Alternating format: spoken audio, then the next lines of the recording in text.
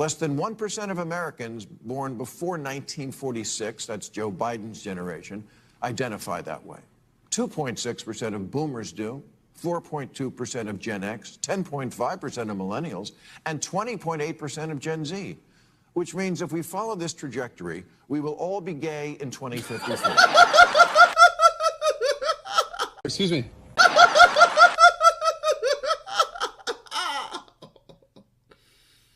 Shit.